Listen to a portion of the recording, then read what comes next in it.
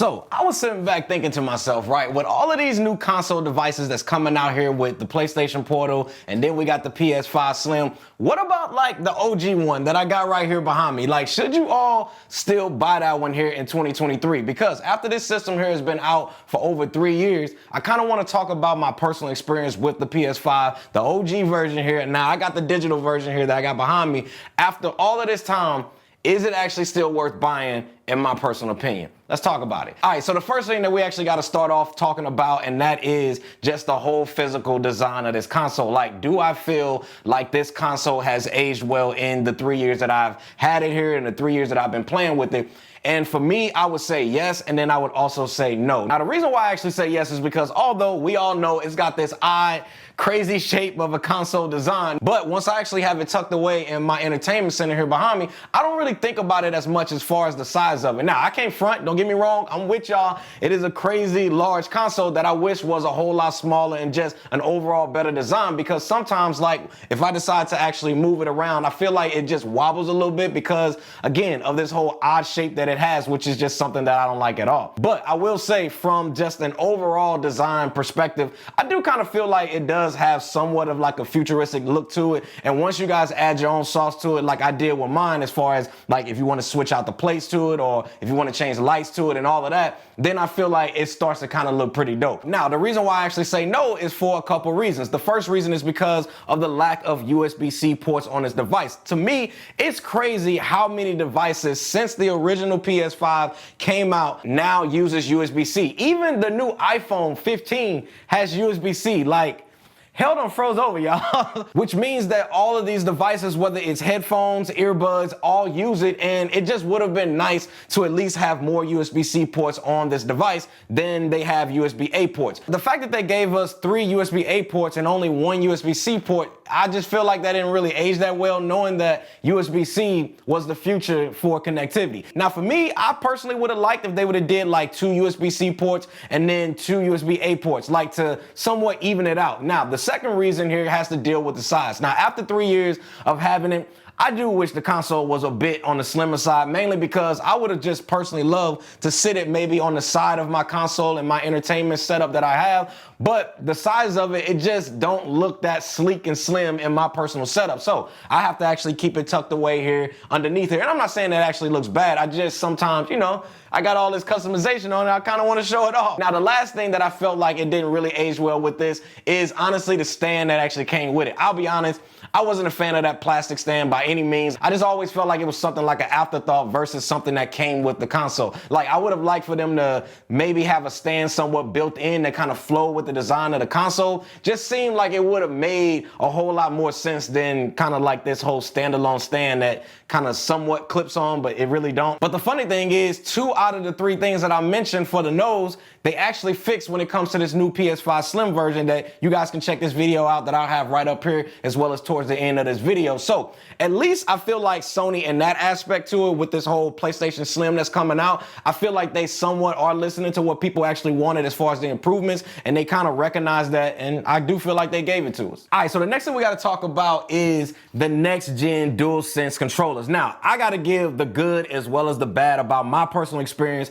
with using these controllers. Now, the first thing we got to start off with, let's just go ahead and get the bad out of the way. Now, the first thing that I don't really like about the Dualsense controllers to me has to be the infamous stick drift. Like, I feel like you guys already know I was going to talk about that because, like, currently right here on my console that I got right here, I'm on number 3 as well as number 4 when it comes to my controllers with this console, meaning that I've had to spend over $150+ on controllers that died on me due to stick drift. Like, I'll be honest, I don't know if this is PlayStation's game plan to really never fix the stick drift and continue profiting off of an issue that they kind of created, because we've been dealing with this since like forever that I can think of when it comes to the PlayStation. Because when the system first came out, I was one of the early adopters, and sadly, my controller that came with the system only lasted me about 5 months before I actually started getting stick drift issues. Now, keep in mind, during the whole pandemic time, I was playing COD and Verdansk like every single day for hours on hours on hours. But even then, y'all, I felt like 5 months and I already have to go get a new controller. I just felt like it was crazy to me. Then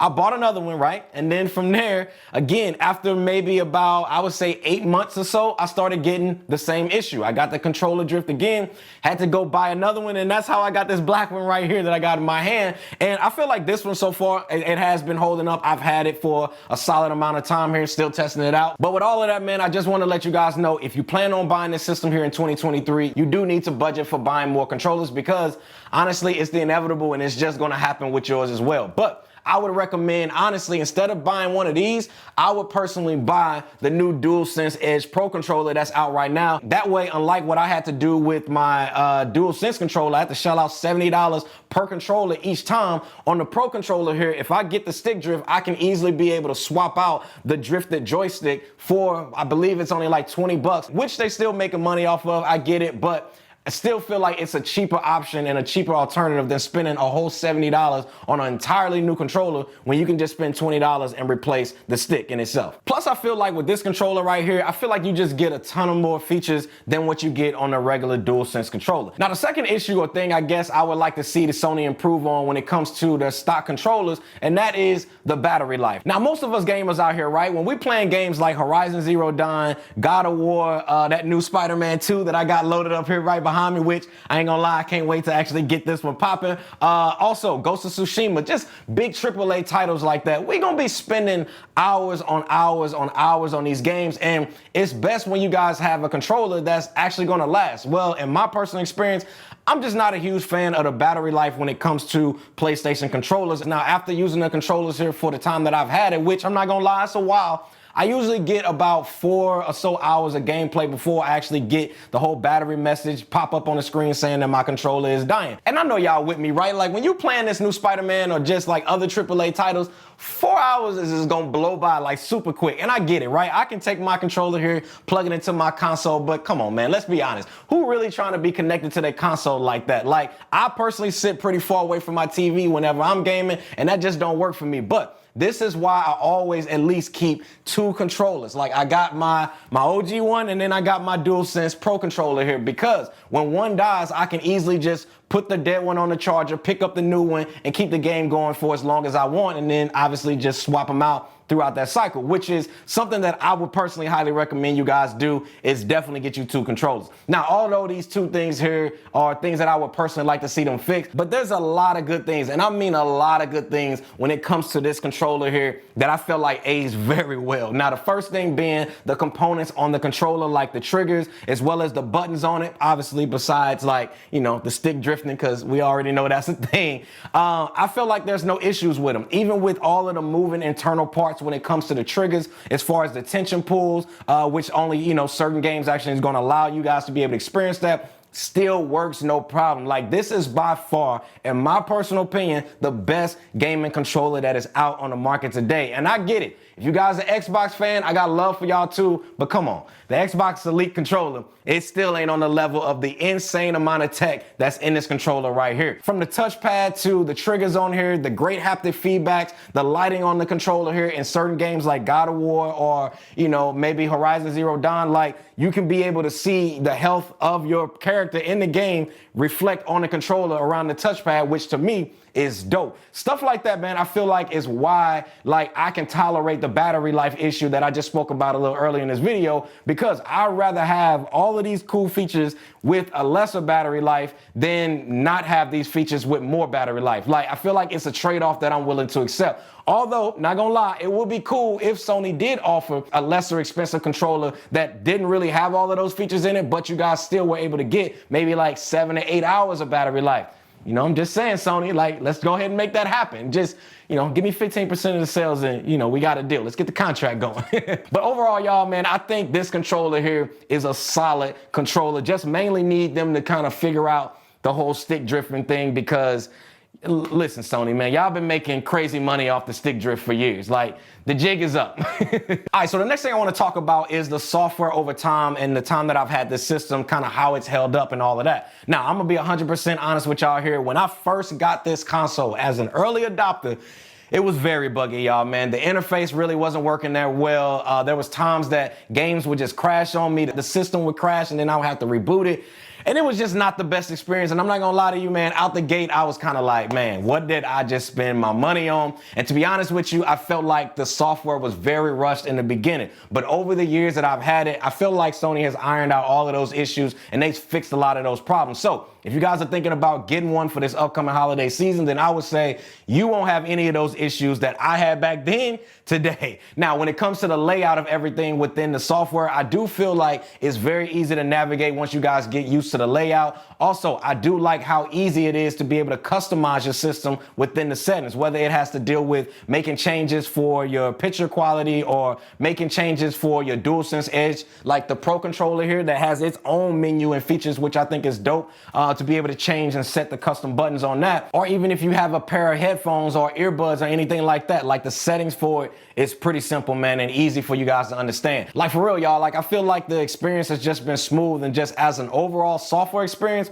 it's been solid for me for sure after the updates, because you know, before them updates, it was rough. But I will say, y'all, there's one thing that I need Sony PlayStation to give us, and that is the ability to change themes on the PS5 homepage. To me, on the PS4, that was life, y'all. Being able to set like your own images as your theme on your home screen, whether it was personal photos that I had, like it was everything. Like I had some cold ones too on the PS4 that I actually wanted to bring over to this system, but for some odd reason, Sony didn't give us that option here on the PS5. But Sony, if you guys are listening and you're watching this video, please give us the update that's going to allow us to have custom background themes for the PS5. And if you are wondering, yes, you can change your profile background image to be whatever you guys want. But for some reason, Sony didn't allow us to be able to change the home screen here. Like, come on, Sony, hook us up. Now, the next thing I want to talk about with y'all, and I feel like this is really going to be the main reason that you would even think about buying this console to begin with, and that has to deal with, has next-gen gaming really lived up to the hype after 3 years? And in my honest opinion, I feel like it has. Now, in the beginning, I can't lie, like it was looking kind of slim out there in regards to next-gen gaming, but a lot of that, to be honest with y'all, had to do with, obviously knowing that the world was shut down during the whole pandemic. So there was a lot of like gaming studios that were out there that really wasn't able to create and do much for it at the time. But fast forward to today, there's a ton of next-gen games out there that's taking full advantage of everything that this system here has to offer when it comes to graphics, when it comes to performance, when it comes to custom features like you get with the integrated DualSense controller based on those games. To me, just being able to game in 4K, 120 hertz, it's a dream, y'all. Like I get the frame rate and the quality that I want, especially when I'm playing games like God of War, Ghost of Tsushima, which honestly, Ghost of Tsushima, y'all, was my favorite game that I've played on this console to date. That storyline was just chef's kiss, y'all. Rest in peace to my guy Taka in that game. Like, they did him wrong. But anyway, man, I feel like gameplay overall using the digital console here has been smooth, y'all. Downloading games on the digital console has also been smooth. And I know my PC people out there laughing at me right now, but y'all going somewhere with y'all 240 hertz. I'm just messing with y'all because eventually I do plan on being in that PC gaming space here in a second, but I don't think I'm going a full keyboard and mouse, but I am looking forward to kind of building out my first gaming PC here. So definitely be on the lookout for that content that's going to be coming either towards the end of this year or early next year. Although I still wish they would have given us higher internal storage solutions, because let's be honest, 800 gigabytes in today's world, and I think it's only like 600 after, they have their internal software on there. It's really not a lot. And I feel like the games coming out these days, the file sizes are easily 100, 150, 200, 300 gigabytes, and it all depends on the game. But after you've downloaded a couple games, that's about it. And I get it. You can just go ahead and install an M.2, and I'll have one that I recommend for you guys down below. But I just still feel like the internal storage on it should have at least minimum been 1 terabyte overall. But we got what we got. But to me, y'all, overall gameplay on the PS5 is the wave, y'all. Even after 3 years of solid gameplay on this console, this bad boy's still running like a champ. Now, to me, I feel like a lot of your experiences, as well as my experience as far as whether it's gonna be good or bad, really comes to the TV or the monitor that you guys are gonna be using or gaming on. Now, one that I gamed on for a long time before actually upgrading to the Sony A80L that's here behind me that I'm using, which is a beast of a TV, by the way. But I used the LG C2 for a long time because that was one of the first TVs that was like 4K and you get the 120 and all of that in it. And I still recommend that TV today. Also, another good one you can use, the Samsung S95C, solid TV, LG G3. And to be honest, the G3 is a legit, It's in a class of its own, y'all, with that whole MLA technology that they got going on over there, because it gets brighter than any OLED that is out there in the market today. And it's kind of the cheat code when you playing like games like Warzone, because you can see everything. But I would just say, y'all, make sure that you have a solid monitor or TV that you guys are using if you really want to experience the full spectrum and what you can get out of this system. Because in order for you guys to be able to get those 4K 120 hertz frame rates, you're still going to need a TV that has a 2.1 HDMI port in order for you guys to be able to access that level of quality as well as the frame rate at the exact same time. Otherwise, you're just going to be gaming in 4K 60, which 4K 60 ain't bad, but it ain't 120. So make sure you guys find one that is going to give you the best quality, and I'll have the ones that I mentioned for you guys linked down in the description section below. But overall, even after 3 years of having the PS5 here, I still say this console here is a major W of a system to own. Yeah, it's not perfect, I get that, but let's be honest, like, no tech is perfect, but I feel like throughout the 3 years, they have fixed a lot of the pain points that I had with this system in the beginning.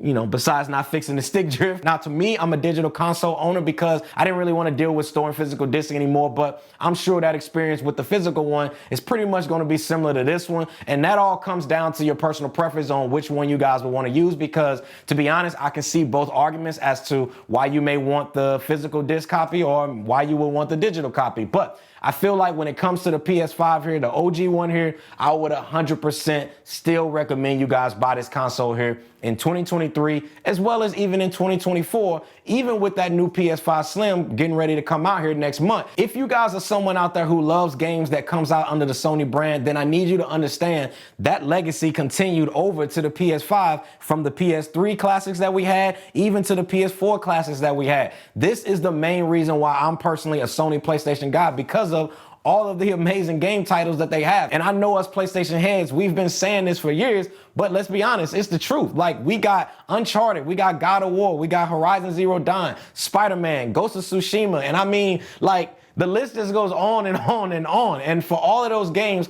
I feel like throughout its 3-year lifespan, have all lived up to the expectation of next-gen gaming. And with this one here, you will not be disappointed. See y'all in the next one. Squad, we out.